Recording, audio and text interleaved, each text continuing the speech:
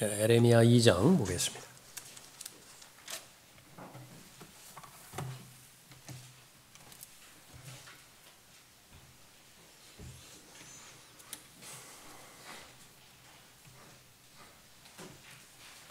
(14절부터) (19절까지) 받들어 읽겠습니다.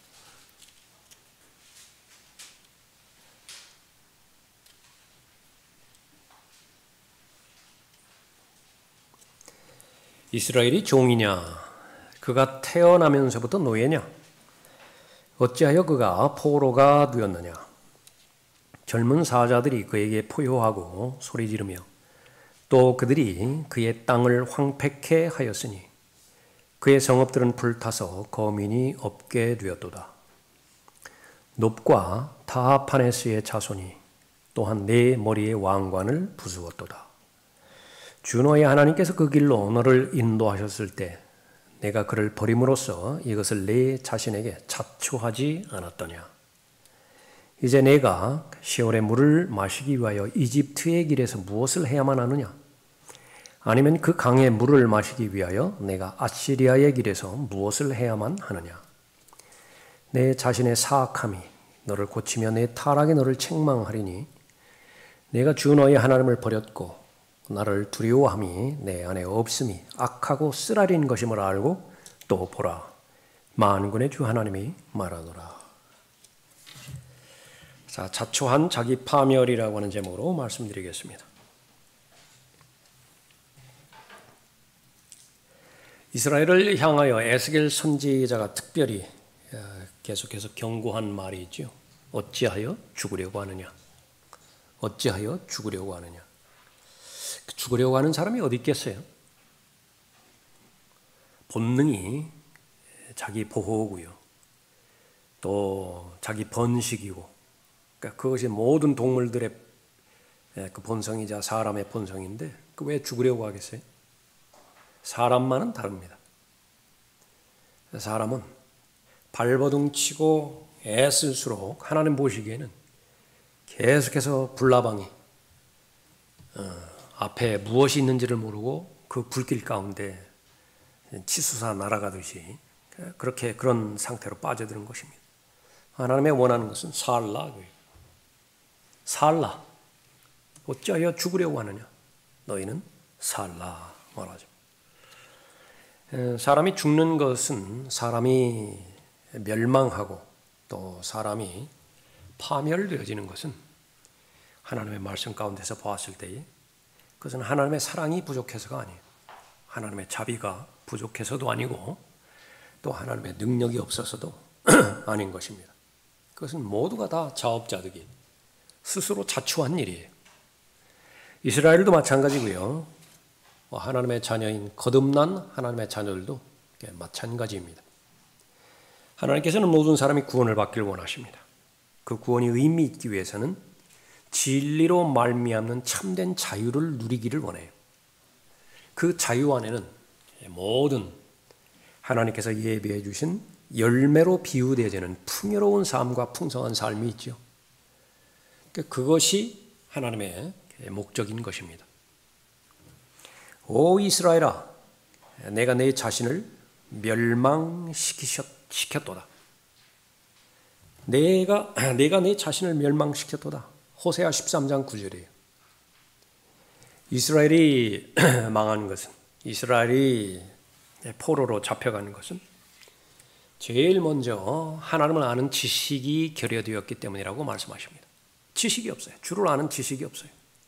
하나님 책임인가요? 가르쳐 주어야 제가 배우지요. 그런 반문의 여지가 있나요? 이스라엘이 멸망한 것은 교만 때문이었습니다. 교만의 원인은 하나님을 두려워하는 것을 배우지 못했기 때문이라 말씀하고 있습니다. 자기를 하나님과 동급으로 여기고요.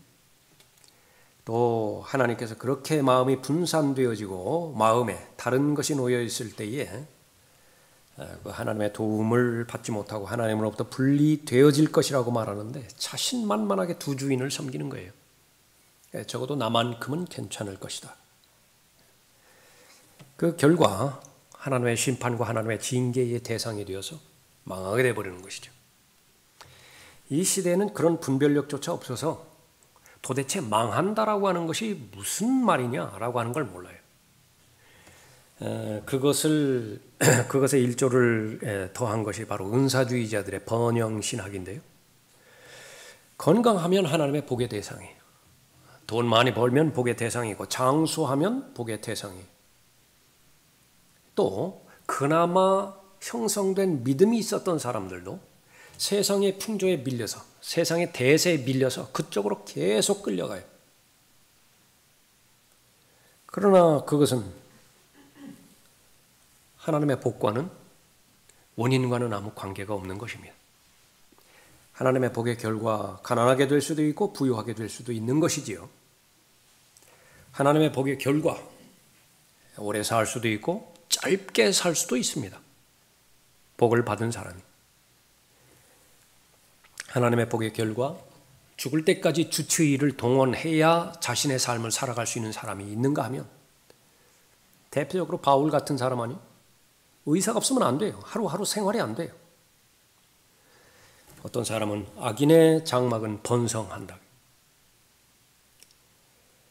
자신이 무덤으로 들어가는 순간까지 계속해서 호의호식하는 사람이 있는데 거의 대부분이에요. 성경의 그 부분을 교훈을 주시고자 얼마나 많은 그런 이야기들을 성경에 기록하고 있습니까? 가장 비참하게 산 사람이 거지 나사로 아니? 그에 대비해서 가장 부러워할 대상으로 산 사람이 부자라고요.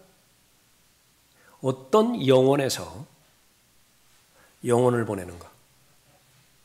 그 질문 하나예요. 어떤 영혼에서 영혼을 보내는 것인가? 거지 나사로가 보내는 영혼은 어떤 영혼이에요? 부자가 보내는 영혼은 어떤 영혼이에요? 도대체 성공은 무엇이고 또 멸망은 무엇입니까? 하나님의 기준에서 벗어난 지 오래이기 때문에 그것도 너무 많이 벗어났기 때문에요. 이 하나님께서 자기 멸망이라든지 자기 파멸이라든지 이 부분들을 세상적인 기준에서 정해서 그렇게 결정한 지가 오래가 된 것입니다. 그 분별력만큼 잃어버려서는 안 되는 것입니다. 하나님 곁에서 벗어나면 그것은 저주예요. 하나님과 동행이 단절이 되어지면 저주라고요. 무서운 것은 하나님께서 주신 복들로 인해서 하나님을 벗어나게 만들어 버립니다. 건강 하나님께서 주신 것이지요. 나를 저주하는 것이 건강이 되어버렸어요. 그렇게 열심히 기도하고 진지하게 하나님 앞에 도움을 요청했을 때 돈 문제가 해결됐어요. 그런데 나를 저주하는 것이 하나님께서 주신 그 돈이에요. 얼마나 자녀를 위해서 기도했습니까? 자녀가 가정에 출생했을 때 얼마만큼 귀하고 기뻐했나요? 나중에 가장 큰 근심거리가 바로 자녀가 우상이 되어져 버린 거죠. 오 이스라엘아, 네가 내 자신을 멸망시켰도다. 자기 파멸. 이것은 어떤 한 사람도 예외 없이 인류 모두가 공통으로 겪는 인생의 한 과정입니다. 하나님께서 명제를 정해놓으셨습니다. 모든 사람은 죄인으로 태어났기 때문에 죄를 짓다가 죄라고 하는 주인을 열심히 섬기다가 죽어서 하나님의 심판을 받고 저주의 영혼에서 영혼을 보내는 거예요. 하나님께서 정해진 명제예요. 다 그렇게 되는 거예요. 여기서 한 사람도 예외가 없어요. 그런데 그 말씀을 하나님의 말씀 가운데서 주신 것은 나 하나입니다. 너만큼은 그 하나님께서 말씀하신 명제에서 빠져나오라. 그래서 구원받으라. 너만큼은 자기 파멸, 스스로 자초한 자기 파멸의 운명에 희생당하지 말라. 그렇게 말하는 거죠. 개인은 개인대로, 가정은 가정대로, 국가는 국가대로 망하게 되어지는 원인은 어디에 있는 것인가? 작은 나라든 큰 나라는 모두가 다 내부에 문제가 있습니다. 베트남은 왜 망했죠? 로마 제국은 왜 망했습니까? 스페인의 함대는 왜 영국의 그 해적 함대에 대해서 그렇게 다 침몰되어 버렸어요? 모두가 다 외부에 있는 것이 아니라 한결같이 그 원인을 진지하게 성찰하다 보면 자기 자신에게 있다라고 하는 사실을 아는 것입니다. 우리에게 주시는 교훈도 역시 마찬가지입니다. 우리에게 일어나는 하나님 뜻에서 벗어나게 하고 하나님의 복의 대상에서 스스로 멀어지게 만드는 것, 그것은 마귀에게 있는 것도 아니고 그것은 이 악해져만 가는 세상에 있는 것도 아니고 내 주변에서 나를 둘러싸고 나를 그렇게 못 살게 구는 그 악한 사람들이 원인이 대상이 아니에요. 진지하게 한꺼풀 한꺼풀 벗겨다 보면 거기에는요, 내가 나를 죽이는 거예요. 스스로 자초한 자기 파멸입니다. 자초한 자기 파멸 세 가지로 살펴봅니다. 자기 파멸의 결과 포로의 삶을 살게 되어집니다. 14절 보십시오. 이스라엘이 종이냐? 그가 태어나면서부터 노예냐? 어찌하여 그가 포로가 되었느냐? 전혀 있어서는 안 되는 일이 벌어진 거예요. 구속이라고 하는 것은 원래 노예였는데 그 노예를 돈을 주고 사서 마땅한 대가를 치르고 나서 자유인으로 풀어주는 것이죠. 그것이 redemption이에요. 구속이에요. 구속. 하나님께서는 이스라엘을 구속하신 구속주입니다. 이스라엘은 어떤 나라가 돈을 주고 이스라엘을 산 노예냐? 이스라엘은 부모 시절부터 노예였기에, 부모가 종이었기에 지금 종이 된 것이냐? 성경에서 명백하게 말하는 것은 자유인이에요. 이스라엘은 자유롭다고요. 하나님께서 값주고 사셨기 때문에 그런 것이죠. 그런데 지금 현재는 종이 되었어요. 노예라고요. 팔려가는 신세가 되어져 버린 것이죠. 이 부분은 앞으로도 마찬가지죠. 우리 요엘 공부할 때 우리가 자세히 살펴봤습니다. 그 창녀와 그 성적인 쾌락을 누리기 위해서 그 화대를 지불을 해야 되는데 소년 하나 줘버리는 거예요. 유대인 소녀를 하나 줘버린다고요. 그 화대를 대신하는 것입니다. 포도주 술병을 하나 사야 되는데 그 값을 치러야 될 거 아니겠어요? 그러니까 유대인 소녀를 하나 주고서 이거 값으로 한다고. 그처럼 물건만도 못한 비참한 상태, 저주받은 상태에서 이제 또 대환란 때에 그렇게 겪게 되어지겠죠. 그것이 이스라엘의 역사인 것입니다. 원인은 무엇이죠? 하나님의 사랑이 부족해서인가?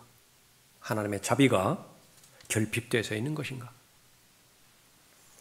오히려 넘쳤죠. 하나님의 사랑은 넘쳤습니다. 하나님의 자비는 넘쳤지만은 이스라엘이 하나님을 버렸어요. 하나님을 버리면 반드시 우상에게로 가게 되어 있습니다. 사람의 마음은 진공 상태로 유지되어질 수 없어요. 그것은 피조물이기 때문에 그렇습니다. 사람의 마음은 반드시 무엇인가로 채워져야 되는데 악령으로 채워지든지 성령으로 채워지는 것입니다. 담대한 영으로 채워지지 않으면요, 두려움의 영으로 채워진다고요. 그 사람은 아주 자기 자신에 대해서 자신만만하던데요. 그처럼 그렇게 허투루 그렇게 큰 소리 치는 사람이 아닌 거를 우리가 알잖아요. 아니에요.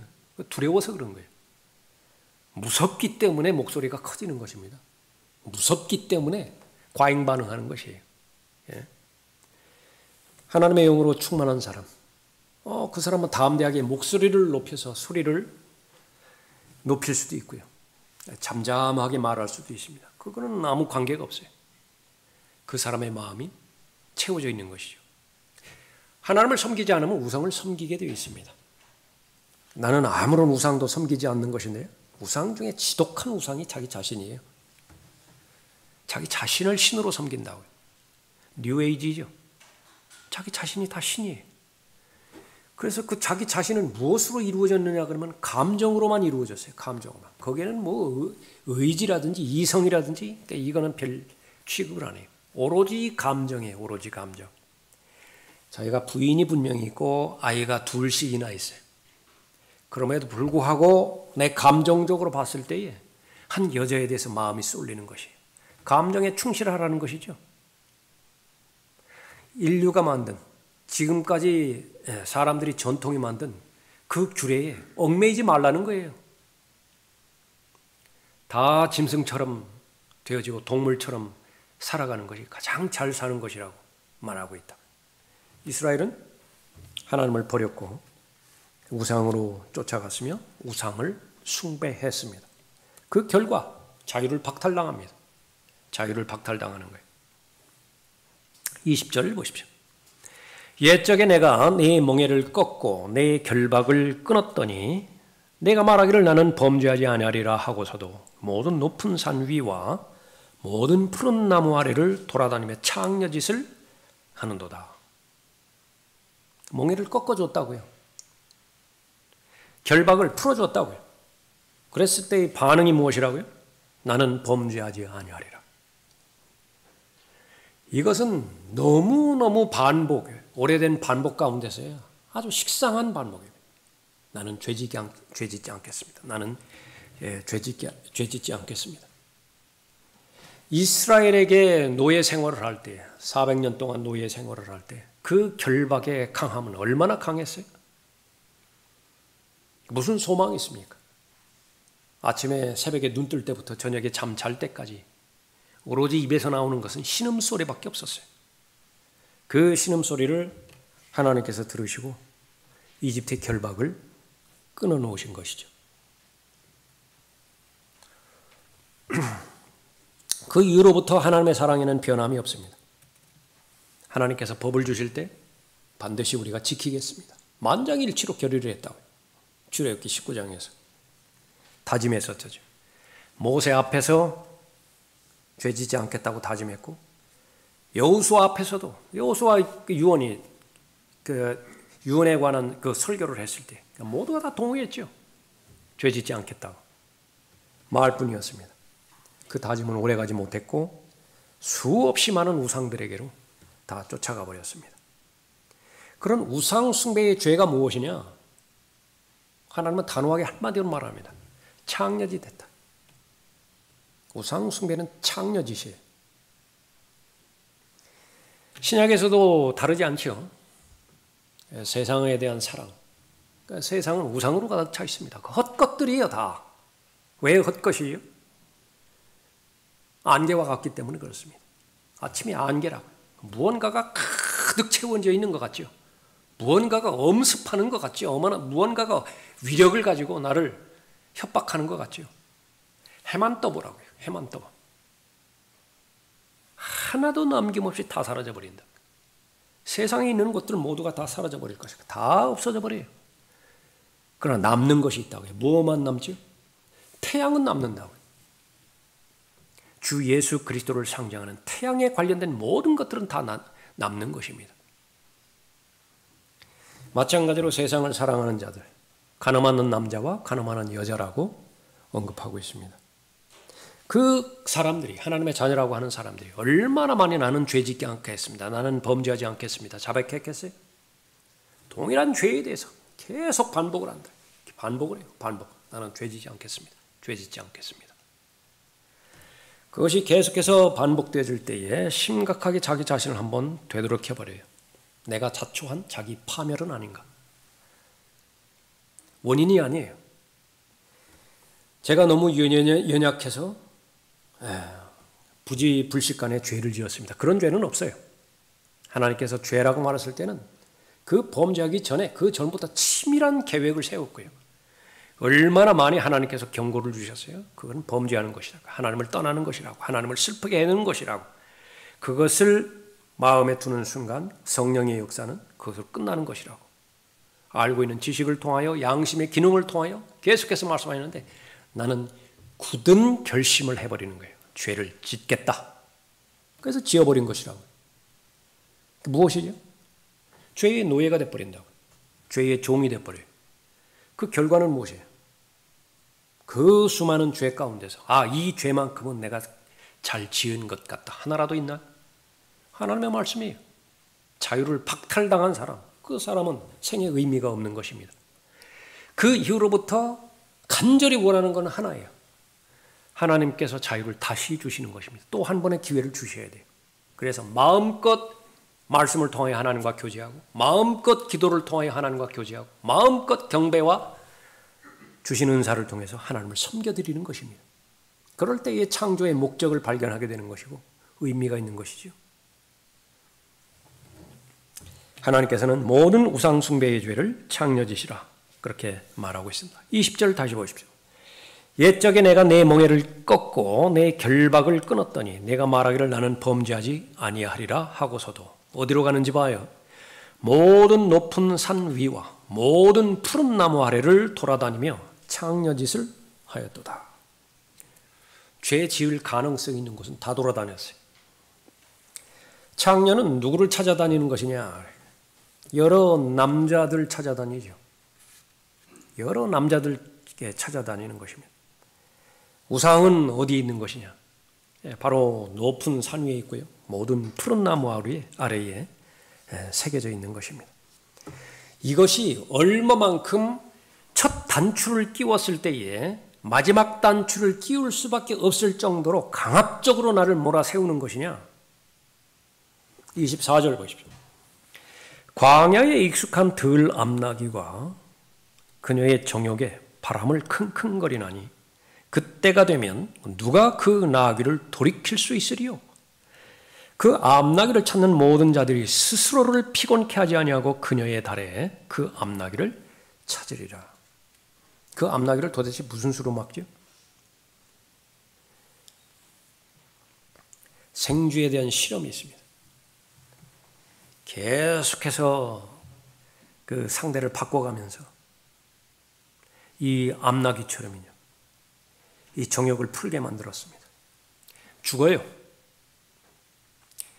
먹지는 않아도 계속해서 욕정을 발휘를 하는 것입니다.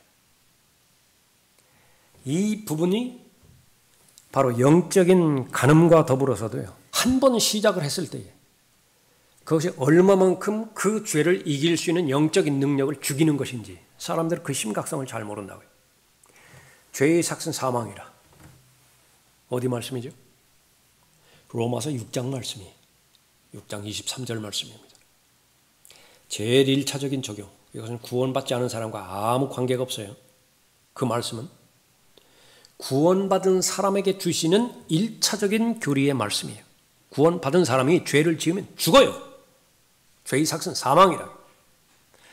그 사망은 물리적인 죽음과 더불어서 영적인 죽음 모두를 다 판단을 합니다. 그렇게 민감했잖아요. 그렇게 순순하고 단순했잖아요. 마음이 말이죠. 마음이. 그런데 계속해서 세뇌당하고 계속해서 죄에 대해서 혹사당하고 그렇게 됐을 때 점점 더 기능을 상실해버리는 것입니다. 무감각해져 버렸어요. 감각이 없어요. 반응이 없다고요.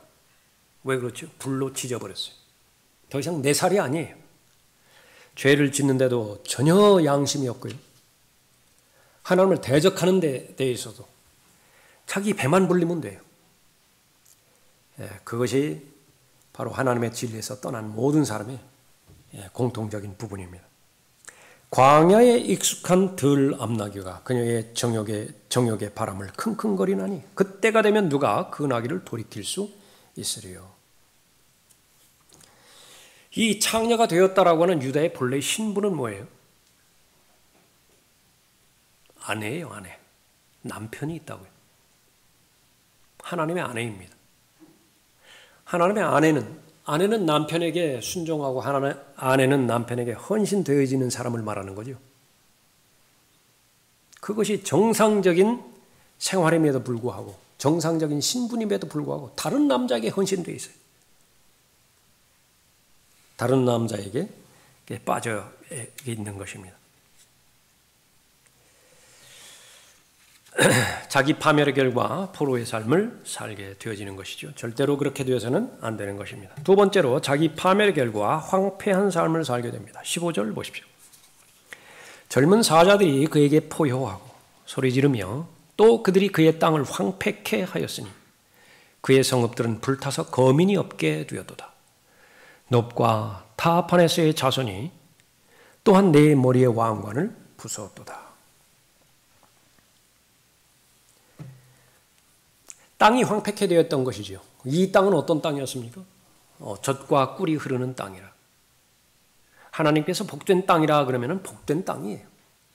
하나님께서 풍요로운 땅이라 그러면 그건 진짜로 풍요로운 땅이에요. 그것은 자신의 노력과 또 자신의 역량으로 그렇게 수확물을 거두는 땅이 아닙니다. 그 성읍들을 자기가 지은 적이 없어요. 그 기름진 땅을 돌을 골라내고 깊이 기경을 하고 오랜 시간 기다리고 그렇게 해서 일궈진 땅이 아니에요. 그것은 하나님께서 모든 것들을 다 만드시고 그냥 주신 거예요. 하나님의 은혜 가운데서 그냥 주신 것이죠. 이사야 5장에서 포도원 이야기 나오죠. 좋은 땅, 울타리까지 다 보고요. 최상의 포도나무를 심었다고. 필요한 것들은 다 주셨다고. 기대하죠? 하나님은 기대하시는 하나님이에요. 무엇을 기대하죠? 좋은 열매가 맺히기를 기다리는 야생 포도가 몰렸어요. 하나님에 의아해야 한다고. 어디가 잘못된 거냐? 어디가 잘못된 거예요? 하나님의 자비가 부족했어요? 하나님의 사랑이 부족했어요? 하나님의 능력이 좀 결핍이 됐습니까? 자기 파멸의 결과 황폐한 삶을 살게 되는 것입니다. 자기 자업자득이라. 사람들이 많이 병에 걸리죠. 거의 대부분은 자기관리 소홀히 해서 그래요. 가장 많습니다.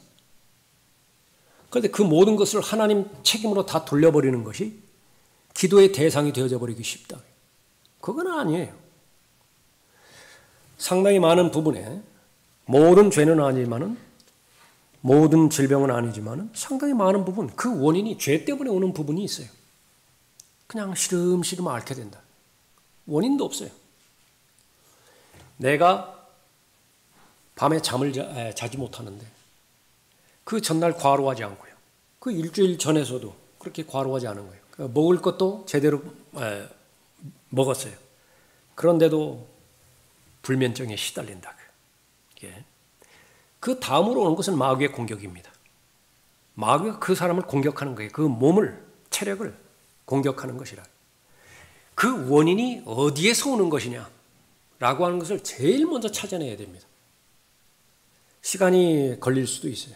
조급하면 안 돼요. 분명하게 내 죄가, 내 그 질병이 죄로부터 오는 것이라고 하면 기도하면 나아요.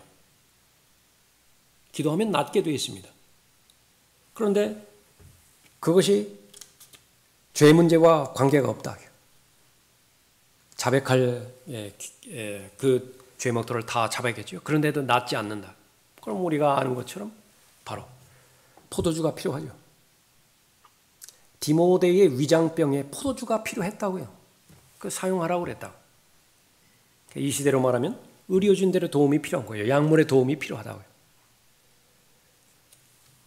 바울과 같은 경우에는 끝까지 질병을 가지고 가야 되는 경우도 있습니다. 그것은 하나님 앞에 인정하는 것입니다. 과정마다 하나님의 뜻이 있죠. 과정마다 반응해야 되는 구체적인 반응의 요소들이 있습니다. 그건 철저하게 하나님 중심이 되었을 때에 가능한 것입니다. 젊은 사자들이 그에게 포효하고 소리 지르며 바빌론이 침공하죠. 아시리아가 침공하죠. 모두가 다 젊은 사자들이 울부짖는 것과 같이 감당하지 못할 위협을 가지고 계속해서 침공하는 것입니다. 이스라엘이 멸망했고 유다가 멸망했습니다. 이 예언은 그대로 성취가 되었죠. 거기에 그 16절에 놉과 타하파네스 이 부분은 이집트를 말하는 것인데요. 내 머리에 왕관을 부수었도다.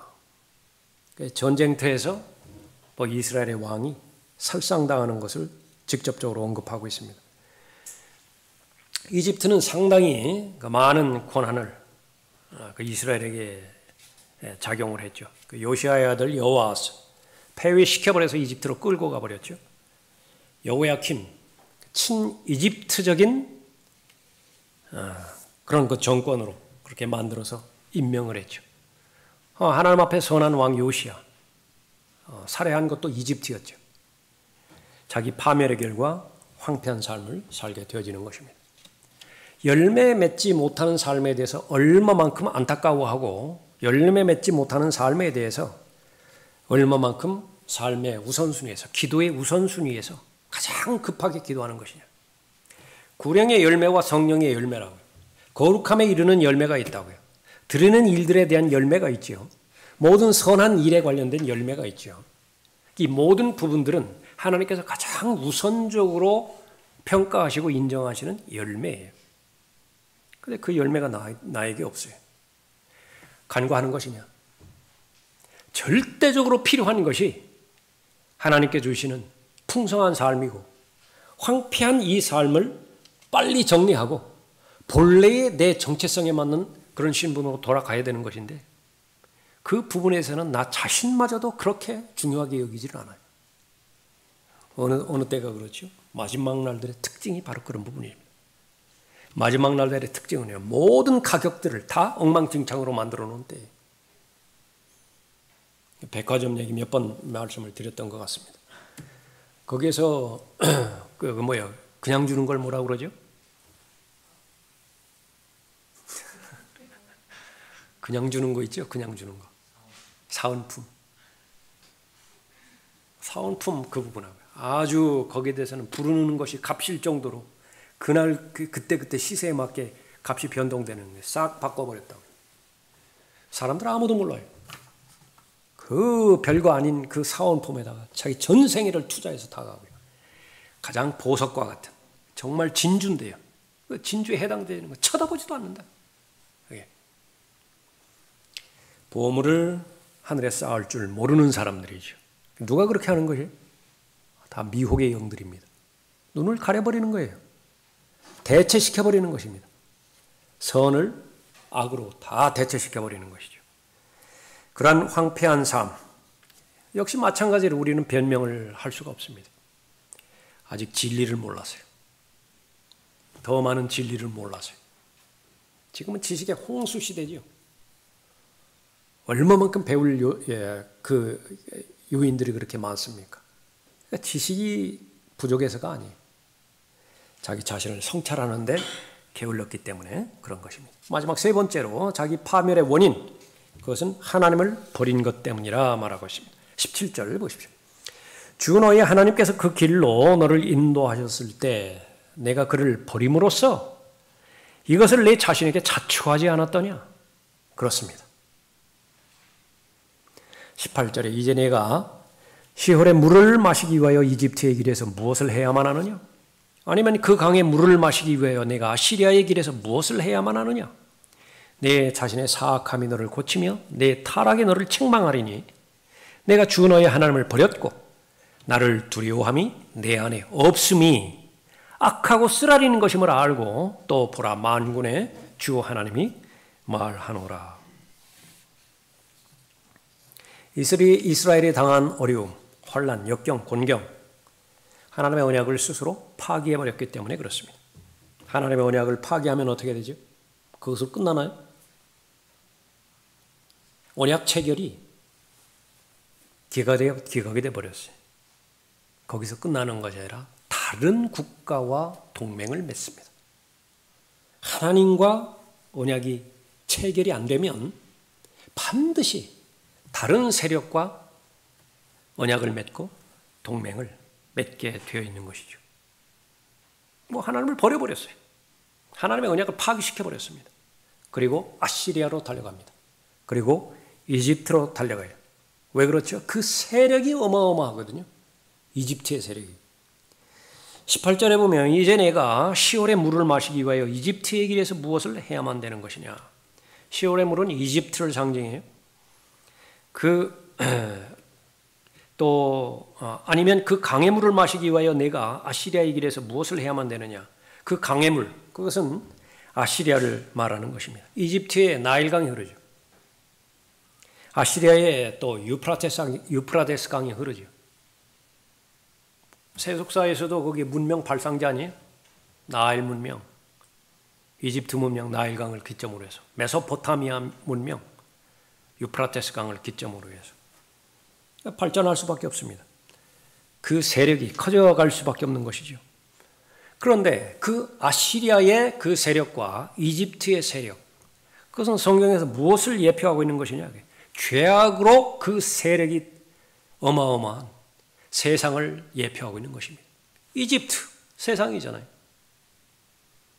아시리아의 산헤립, 장차 나타낼 그 적그리스도 그지 않습니까? 지난주에도 우리 살펴봤습니까?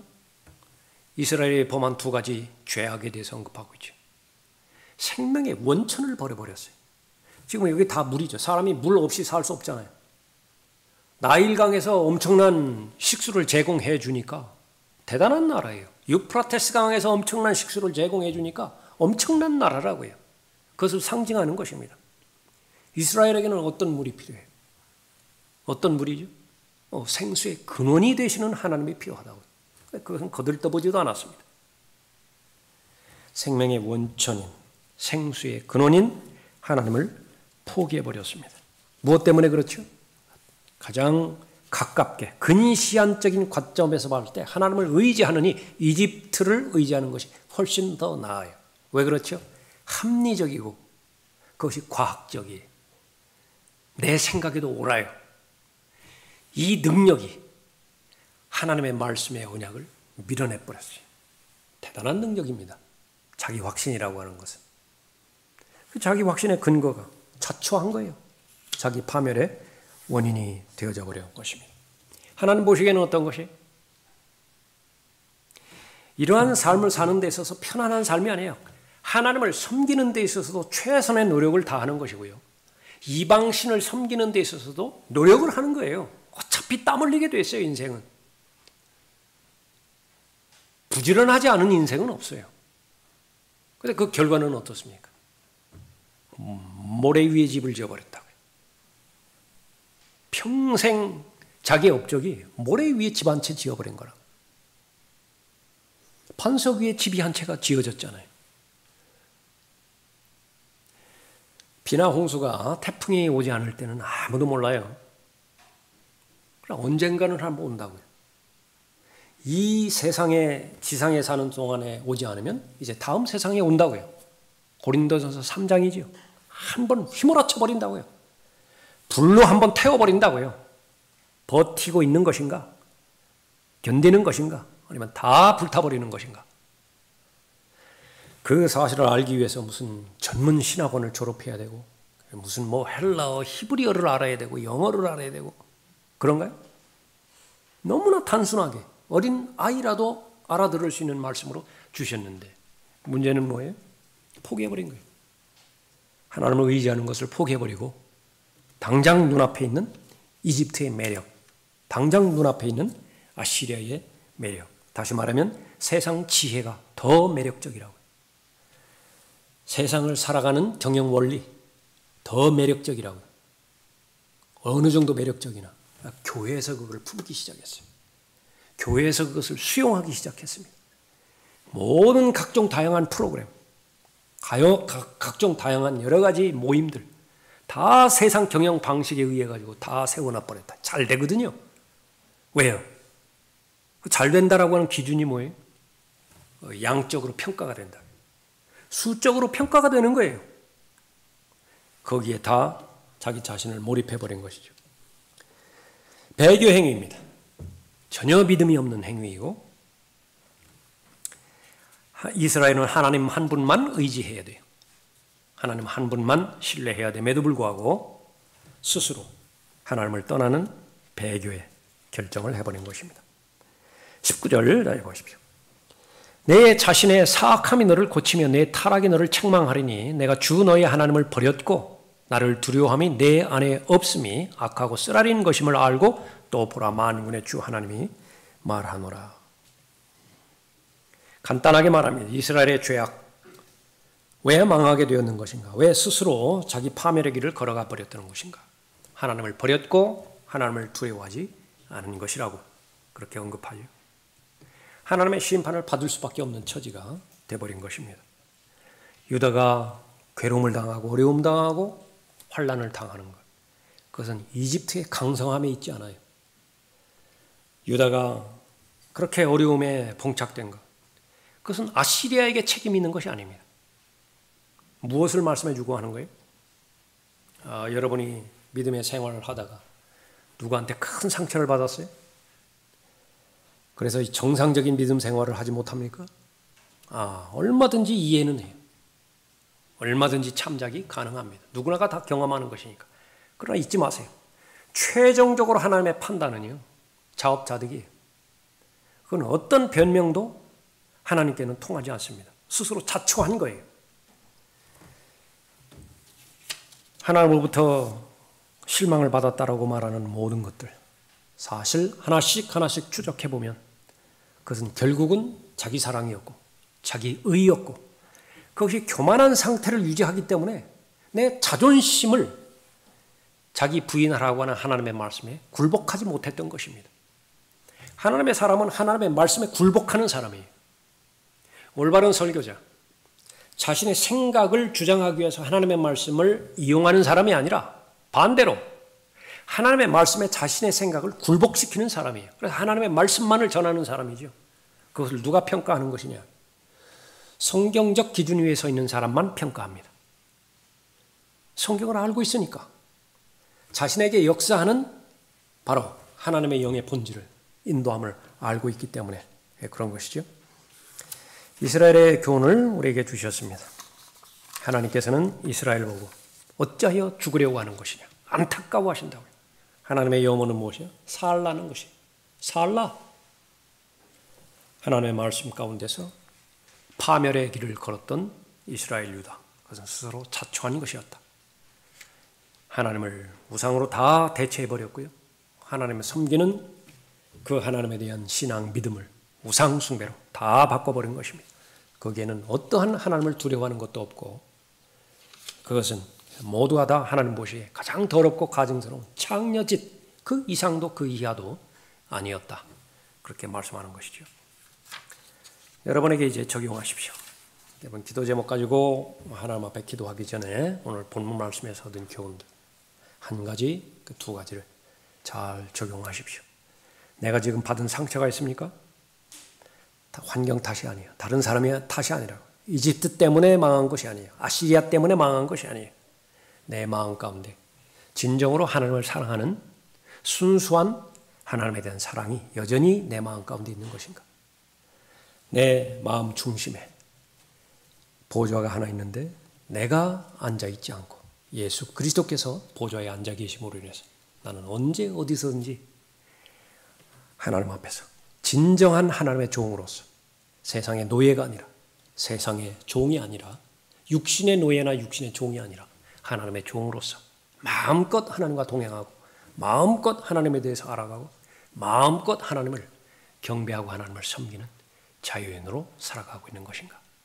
하나님 앞에 말씀드리시고 그러한 상태가 유지된다면 하나님 앞에 감사드리고요. 필요가 느낀다라고 한다면 가장 우선적으로 하나님 앞에 간구드림으로 인해서 그 필요를 잘 채우시는 여러분이 되시기 바랍니다.